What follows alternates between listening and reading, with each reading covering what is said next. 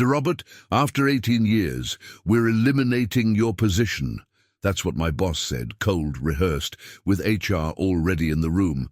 I nodded once. No protest, no panic. What they didn't realize was that the $42 million contract depended on me. My name is Robert Miller. I'm 54 years old. I worked at Vertex Technologies in Austin, Texas, for 18 years, 7 months and 14 days. Head of Systems Engineering. That was my title. Though titles never really mattered much to me. I joined when we were just 12 people in a rented warehouse with spotty air conditioning. You know how Texas summers can be. We'd sit there coding with box fans, blowing hot air around. The CEO, James Harmon, used to bring in breakfast tacos every Friday morning, said it built camaraderie. I think he just liked tacos. We grew from 12 to 50, from 50 to 300, from 300 to over 1,000 employees. From that warehouse to a gleaming 10-story building downtown with our name on it, Vertex Technologies. I built their entire technical infrastructure, every server, every system, every custom piece of software that made the place run. Some parts of that system only I understood, not because I planned it that way, just that's how things evolved. Systems get complex, people come and go, but I stayed. I stayed through 3 reorganizations, through the dot-com crash, through the 2008 recession. I stayed through James's heart attack and his semi-retirement. I stayed when his son took over as CEO. I'm not particularly loyal by nature. It was my system, my architecture. I built it, I understood it, I maintained it. Last Friday at 11:43 a.m., Alan Parker, our new CTO, called me into his office. I should mention that Alan is James's nephew. 29 years old, MBA from Stanford, 0 technical experience. He'd been with us for exactly 4 months. Diane from HR was already in his office when I arrived. That's when I knew. Robert, Alan said, not quite meeting my eyes. We're restructuring the department. We need younger perspectives, more innovation. He kept talking. Words like digital transformation and agile methodology and cloud-native approach. I just looked at him. Diane slid a folder across the table. The severance package is 2 weeks' salary, she said. Her voice was gentle. She'd been with the company almost as long as I had. Please clear your desk by end of day. I signed the papers without speaking. What was there to say? In the elevator, Tom from accounting whispered, "This is wrong, Robert. You built this place." "These things happen," I replied. I packed 18 years of work into a cardboard box.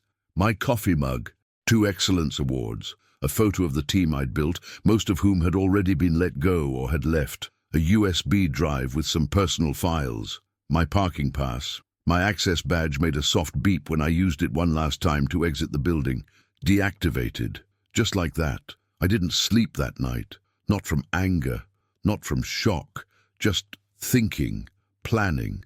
Monday morning, I drove to my usual coffee shop. Habit, I guess. The barista looked surprised to see me at 10 a.m. instead of my usual 6:30.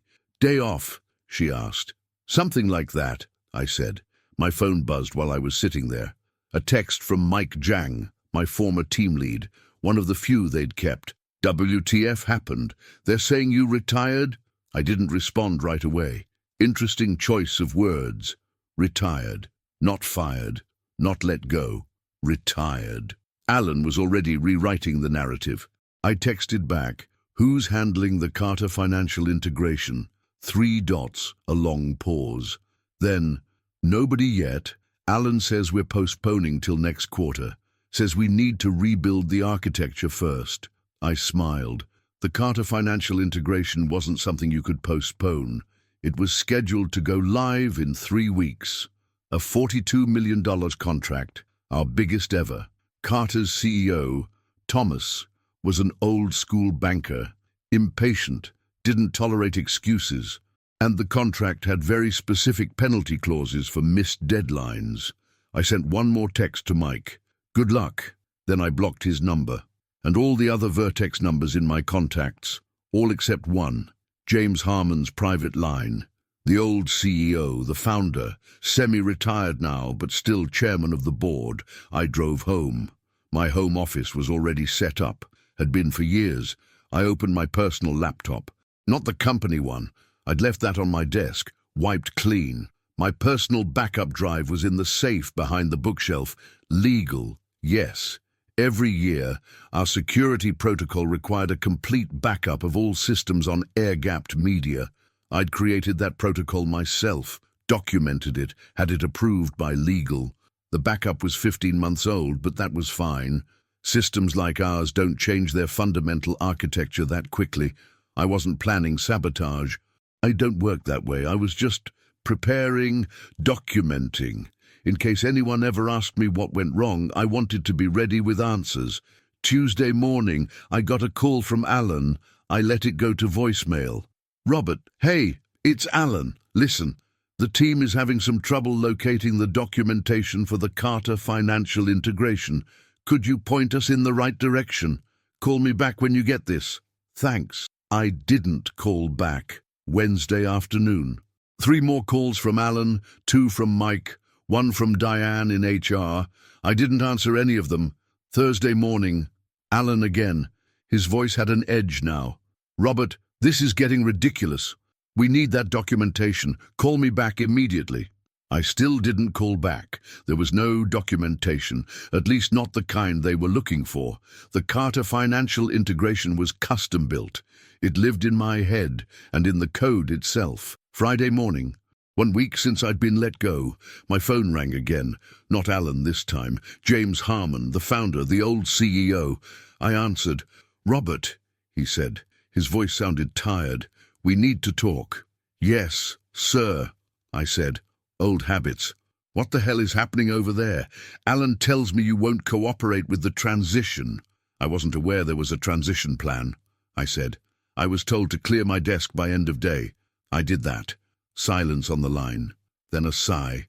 Indeed, that doesn't sound like how we do things, he said finally. Things change, I replied. Another long silence. The Carter integration, he said. It's due to launch in less than 3 weeks. Yes, sir, it is. Can it be done without you? I considered my answer carefully. No, sir, not in that time frame. Damn it, Robert. What do you want?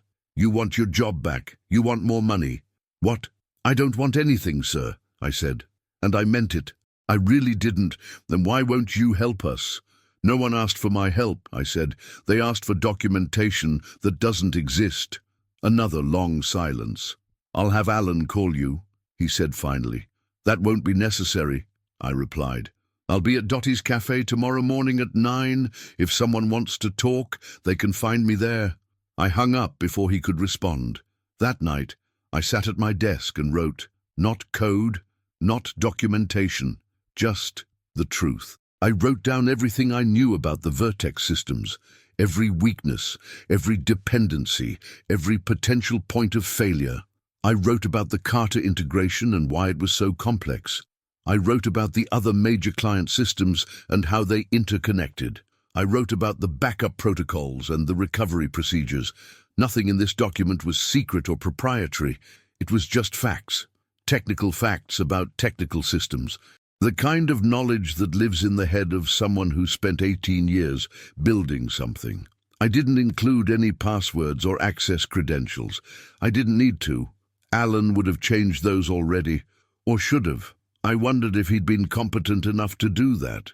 Probably not. By 3 a.m., I had a 37-page document, clear, factual, unemotional.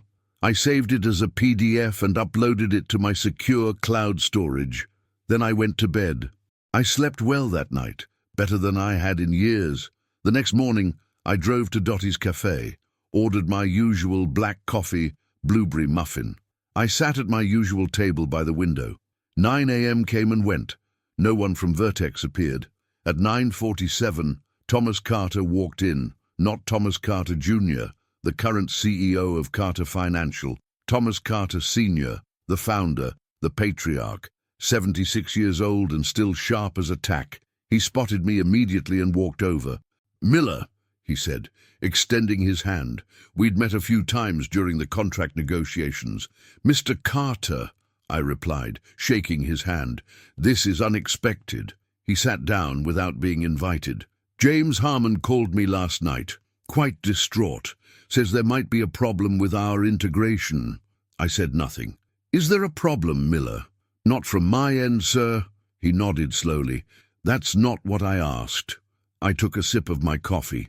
The integration is complex. It requires specific knowledge of both systems. I had that knowledge. I no longer work at Vertex. You were fired. I was told my position had been eliminated due to restructuring. Carter snorted. Corporate bullshit. You were fired. He leaned forward. Here's what I want to know. Did you sabotage anything on your way out? No, sir, I said, looking him directly in the eyes. That's not how I operate. He studied me for a long moment, then nodded. I believe you, so what's the problem? The problem is that the integration requires someone who understands both systems, someone who has been working on it from the beginning, someone who knows all the edge cases and the workarounds. And that's you. That was me, I corrected. And now, Vertex needs to find someone else with that knowledge.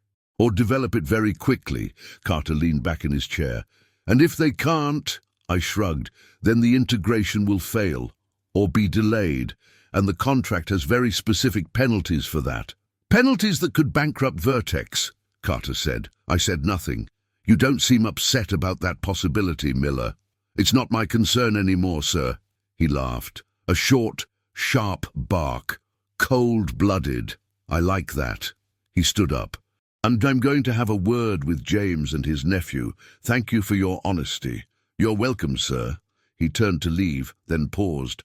Oh, by the way, my firm is always looking for good tech people, people who understand complex systems, people with integrity. I appreciate the offer, sir, but I'm not looking for work right now. Fair enough. The offer stands when you're ready. And with that, he left Monday morning, 10 days since I'd been let go. My phone rang. Alan Parker. I answered. Robert, he said, his voice tight, we need you to come in today to consult on the Carter integration. I'm not available for consulting, I said. This is serious, Robert. The company is at risk. I'm aware. Then why won't you help? There was anger in his voice now. Good. I did offer to help with the transition, I reminded him. You said, and I quote, don't worry about it. Silence. Listen, he finally said, his voice softer now.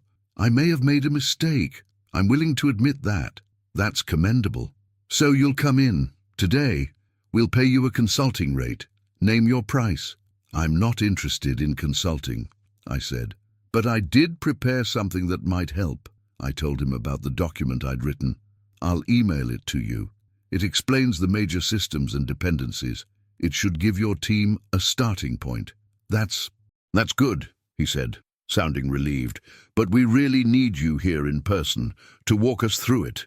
The document is self-explanatory, I said.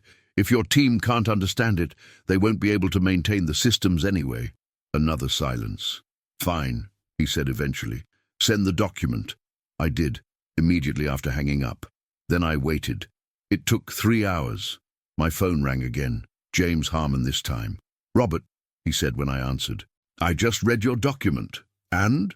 It's comprehensive. But it also makes clear how dependent we are on you. On your knowledge. Yes. The board is meeting tomorrow. Emergency session. I'd like you to attend. I don't work for Vertex anymore, sir. As a special advisor. Just for this meeting. I considered it. What time? 2 p.m. 15th floor conference room. I'll be there, I said, and hung up. The next day, I arrived at Vertex headquarters at 1:45 p.m. The security guard at the front desk looked surprised to see me. My old badge didn't work, of course, but there was a visitor pass waiting for me. The 15th floor was executive territory. I'd rarely been up there, even after 18 years. The conference room had floor-to-ceiling windows with a view of downtown Austin. The entire board was there, seated around a massive oak table, James Harmon at the head. His son, the current CEO, to his right, Alan Parker was there too, looking uncomfortable, and at the far end, Thomas Carter Sr. James stood when I entered. "Robert, thank you for coming." He gestured to an empty chair. "Please, sit." I took the offered seat, directly across from Alan. He wouldn't meet my eyes. James cleared his throat. "We've all read your document. It's enlightening, particularly the section about the Carter financial integration." Thomas Carter spoke up. "It makes it quite clear that Vertex cannot meet our deadline without you, Mr. Miller." I said nothing. James continued. "The board has authorized me to offer you a new position, Chief Technology Officer, reporting directly to me, full autonomy over technical decisions, and a substantial compensation package." I looked at Alan. He was staring at the table. "What about the current CTO?" I asked. "Alan will be taking on a new role," James said carefully. "Strategic partnerships, code for sidelined." I almost felt sorry for him. Almost. "I'm not interested," I said. The room went silent. "What do you mean, you're not interested?" James asked, confusion in his voice. "I mean, I don't want to work for Vertex anymore." "Is it the money?" "We can increase the offer." "It's not about money." "Then what is it about, Robert?" James was getting frustrated now. I looked around the room slowly, making eye contact with each board member. "It's about value. It's about respect. It's about understanding what you have before you throw it away." No one spoke. For 18 years, I built and maintained the systems that this company depends on. I worked weekends, holidays, middle of the night when something broke. I solved problems no one else could solve. I created value that no one else could create. I paused, and then I was told my position had been eliminated, that you needed younger perspectives, that I could clear my desk by end of day. I looked directly at James. "That's not how you treat people who have value. That's not how you treat people you respect." The room was completely silent now. "And so no, I'm not interested in being CTO. I'm not interested in any position at Vertex. What I am interested in is moving on with my life." James looked stricken. "But the Carter integration will fail without me," I finished for him. "Yes, that's the reality you created when you let your nephew fire me without a transition plan." Thomas Carter stood up. "If I may interject, Mr. Miller, I offered you a position at Carter Financial last week. That offer still stands." I nodded. "I've been considering it, Mr. Carter. Thank you." "If you joined us," Carter continued, "would you be able to manage the integration from our side?" I considered for a moment. "Yes, but it would still require cooperation from Vertex, and there would need to be a new timeline." Carter nodded. "I think that's reasonable." He turned to James. "Don't you?" James looked like he'd been punched. "Yes," he said weakly. "Of course." Carter smiled. "Excellent, Mr. Miller. Shall we discuss terms after this meeting?" "I'd be happy to," I replied. The next few weeks were interesting. I accepted Thomas Carter's offer to join Carter Financial as their chief systems architect. My first task was, of course, the Vertex integration. I insisted on a new team from the Vertex side, not Alan's people. The few remaining engineers who had worked with me before, Mike Jang led them. He didn't ask why I'd ignored his texts. He understood. The integration succeeded, but 3 months later than originally planned. Vertex paid the penalties specified in the contract, not enough to bankrupt them, but enough to hurt. Their stock price dropped 17% when the delay was announced. Alan Parker resigned 2 weeks after the board meeting to pursue other opportunities, the press release said. Everyone knew he was forced out. James Harmon's son stepped down as CEO 6 months later. James came out of semi-retirement to take the reins again. He called me once to apologize. I accepted his apology. We both knew it changed nothing. Vertex survived, but it was diminished. 3 of their top 10 clients left, citing concerns about technical stability. 2 of them became clients of Carter Financial. I helped with those integrations too. I never sabotaged anything at Vertex. I never had to.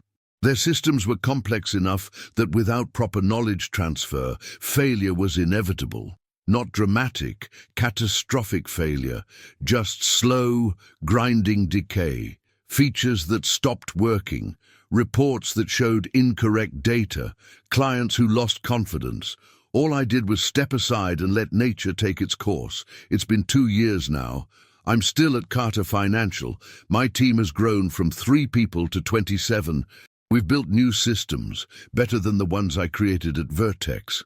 I work normal hours now. I take vacations. I have dinner with my wife without my phone buzzing with emergency alerts. Vertex is still in business, but they're a shadow of what they once were. James retired again last year, this time for good. The company was acquired by a larger firm. Most of the original team is gone. I ran into Diane from HR a few months ago. We had coffee. She told me things had never been the same after I left, that they'd tried to recreate what I'd built, but never quite managed it. It wasn't just the code, she said. It was you, your knowledge, your experience. I nodded. Experience has value, I said. Real value. They know that now, she replied. Last week, I got a LinkedIn request from Alan Parker. He's working for a startup now, something in crypto. I didn't accept the request. Some bridges stay burned. People ask me sometimes if I'm still angry about what happened. I'm not. Anger requires energy, requires emotion. What I feel is satisfaction. Not because Vertex suffered, but because in the end, reality asserted itself. You can pretend that experience doesn't matter, that anyone can be replaced, that systems built over decades can be understood in days. You can pretend all of that, but reality doesn't care what you pretend. Reality just is. And the reality is, some things, once broken, can never be fixed.